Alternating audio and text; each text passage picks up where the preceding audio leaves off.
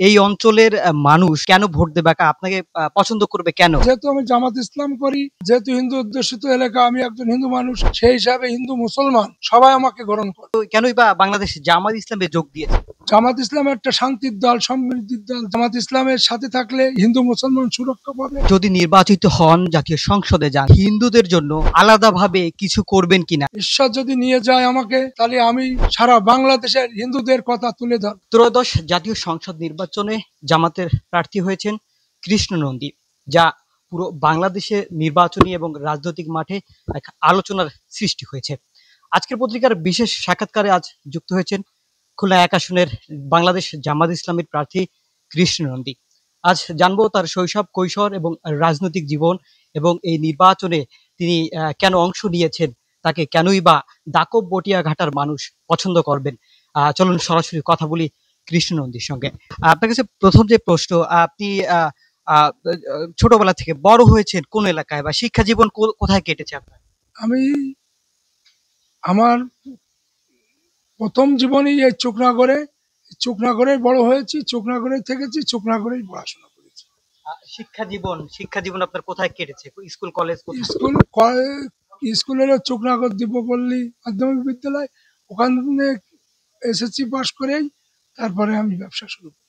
আহ, আপনি আপনার পারিবারিক অবস্থানটা কি? আপনার বাবা কি করতেন বা আপনার পরিবারের কেউ কোনো রাজনৈতিক সংগঠনের সঙ্গে যুক্ত আছে আমার কি? বাবা একসময় মুসলিম লীগ করতো, খানে সবুজ সাহেবের সাথে দল করতো। আর আমার বড় ভাইরা সবাই ব্যবসায়ী। আমরা ব্যবসায়ী পরিবার। আর 2003 সালে আমি জামাত ইসলামে যোগদান করি মধ্যবক মিয়া গোলাম পরের হাত ধরে। সেখান থেকে আমার রাজনীতি জীবন শুরু। এইখানে একটা প্রশ্ন যে বাংলাদেশের বিদ্যমান অনেক রাজনৈতিক দল রয়েছে, সেই ক্ষেত্রে আপনি কেনই বা বাংলাদেশ জামাত ইসলামে যোগ দিয়েছেন? জামাত ইসলাম একটা শান্তির দল, সমৃদ্ধির দল। জামাত ইসলাম সৎ পথের মানুষের দিশারি, সৎ পথে মানুষকে পরিচালিত করে। আর জামাত ইসলামের সাথে থাকলে হিন্দু মুসলমান সুরক্ষা পাবে। তাই আমি এই জামাত ইসলামের সাথে আছি। আহ, জামাত ইসলামের সাথে যুক্ত হয়েছেন সেটা ঠিক আছে, কিন্তু গত ফ্যাসিস্ট আমলে শেখ হাসিনার আমলটাকে ফ্যাসিস্ট আমল বলা হয়, সেই আমলে ব্যক্তিগতভাবে কৃষ্ণ নন্দীর অবস্থান বা তার পারিবারিক অবস্থানটা কেমন ছিল? আমার সেই আমলে অবস্থান বেশি ভালো ছিল না, যেহেতু আমি অধ্যাপক মিয়া গোলাম পরের দল করতাম। সেই হিসাবে আমাকে একটু কোণঠাসা করে রাখতো সবাই। কারা কোণঠাসা করতো এবং পারিবারিকভাবে আপনাদের অবস্থানটা কেমন ছিল? পারিবারিকভাবে অবস্থান ভালো থাকলেও মানে রাজনৈতিকভাবে আমলিকির আমলে আমাদের কোণঠাসা করে।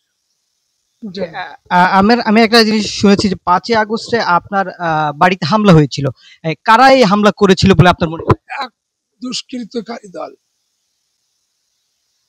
এই হামলাটা অতর্কিতভাবে হামলা করে। এখন সামনে জানা যাবে কারা করেছে না করেছে। যেহেতু জিডি করা আছে, পুলিশ তদন্ত করে বার করবে যে কারা করেছে না করেছে। আচ্ছা, বাংলাদেশ জামাত ইসলামী আপনাকে খুলনা ১ আসনে তাদের একজন প্রার্থী ছিল, তাকে বাদ দিয়ে গতকাল আপনার নামটি ঘোষণা করেছে। আসলে জামাত ইসলাম আপনাকে কেন পছন্দ করলো? আপনাকে প্রার্থী হিসাবে কেন দিল? আপনার কি মনে হয়? জামাত ইসলামে আমাকে, আমি একজন মনে হয় ক্লিন ইমেজের মানুষ বলে আমাকে পছন্দ করেছে জামাত ইসলামের আমির সাহেব আর সেক্রেটারি জেনারেল। সেই জন্যই আমাকে ডেকে নিয়ে তারা আমাকে প্রার্থী করেছে।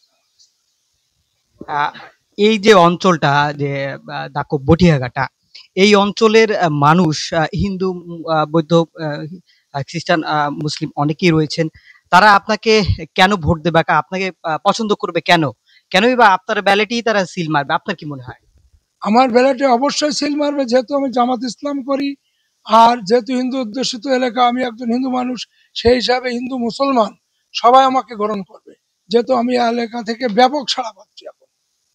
সেই ক্ষেত্রে আপনার যে বিপরীত প্রার্থী ছিল আপনারই দলের, বাংলাদেশ জামাত ইসলামের, সে কোনো প্রকার বাধার সম্মুখীন হবে কিনা, কিংবা দল থেকে কি নির্দেশনা আছে আপনাদের? সেই দলই, যেহেতু আমাদের জামাতের আমির সাহেব 1 ডিসেম্বর সোমবারের দিন খুলনায় আসিয়ে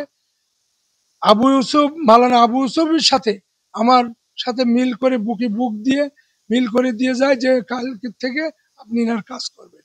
তো এখন সে আজকে সকালেও আমার কাছে রিং করেছে যে একটা মহিলা বাচ্চা হতে যে মারা গেছে, আপনি যদি একটু আসতে পারেন ভালো হয়।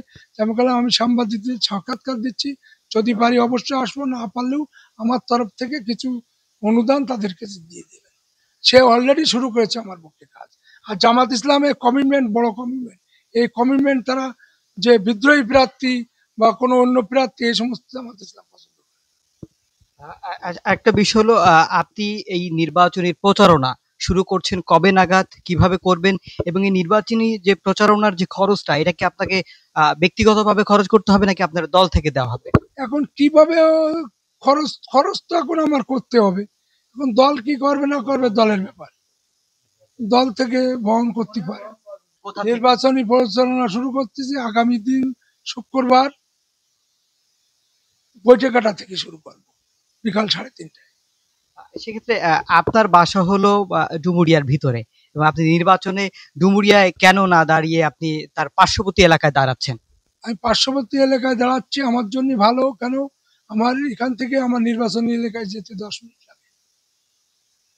10 মিনিট নির্বাচনে আমার এলাকা থেকে নির্বাচনী এলাকায় ঢুকতে, যেহেতু কোয়ের বাজারে ঢুকতে 10 মিনিট টাইম লাগে, এই জন্য আমি নির্বাচন।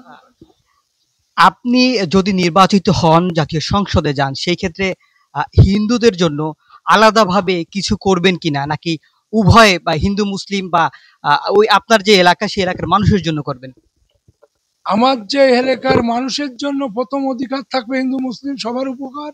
আর তারপর সংসদে যে যদি আমাকে নিয়ে যায়, ঈশ্বর যদি নিয়ে যায় আমাকে, তাহলে আমি সারা বাংলাদেশের হিন্দুদের কথা তুলে ধরব, যে হিন্দুদের যে অবস্থায় আছে, মানুষ কি অবস্থায় আছে না আছে, সেই কথাগুলো আমি তুলে ধরব।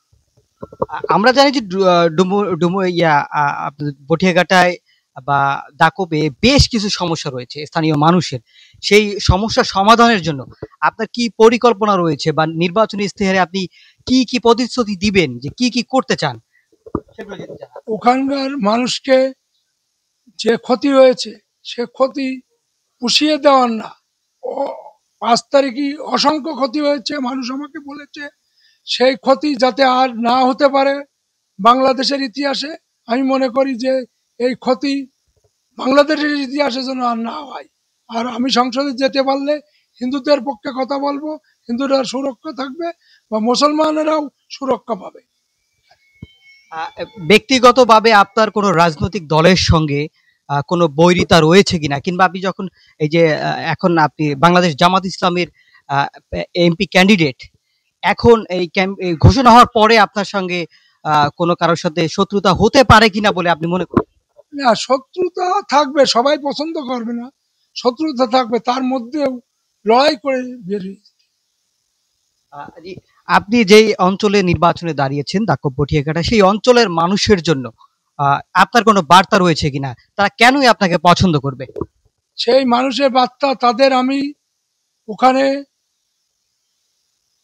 লবণাক্ত পানি বেশি, আর যেহেতু ওখানে মিঠা পানির ব্যবস্থা করা হবে, আর ওখানে ভাঙন কবলিত এলাকাকে ভাঙন কবলিত এলাকাকে সুন্দরভাবে গড়তে পারি।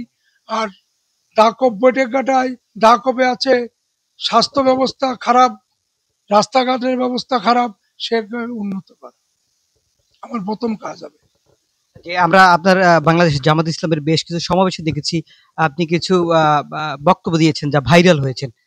এবং আপনাকে যখন এই নির্বাচনে এই এক আসনের এমপি প্রার্থী হিসাবে ঘোষণা করে এবং সারা বাংলাদেশে একটা আলোড়ন সৃষ্টি হয়েছে, এই বিষয়টা আপনি কিভাবে দেখছেন, পজিটিভ না নেগেটিভ?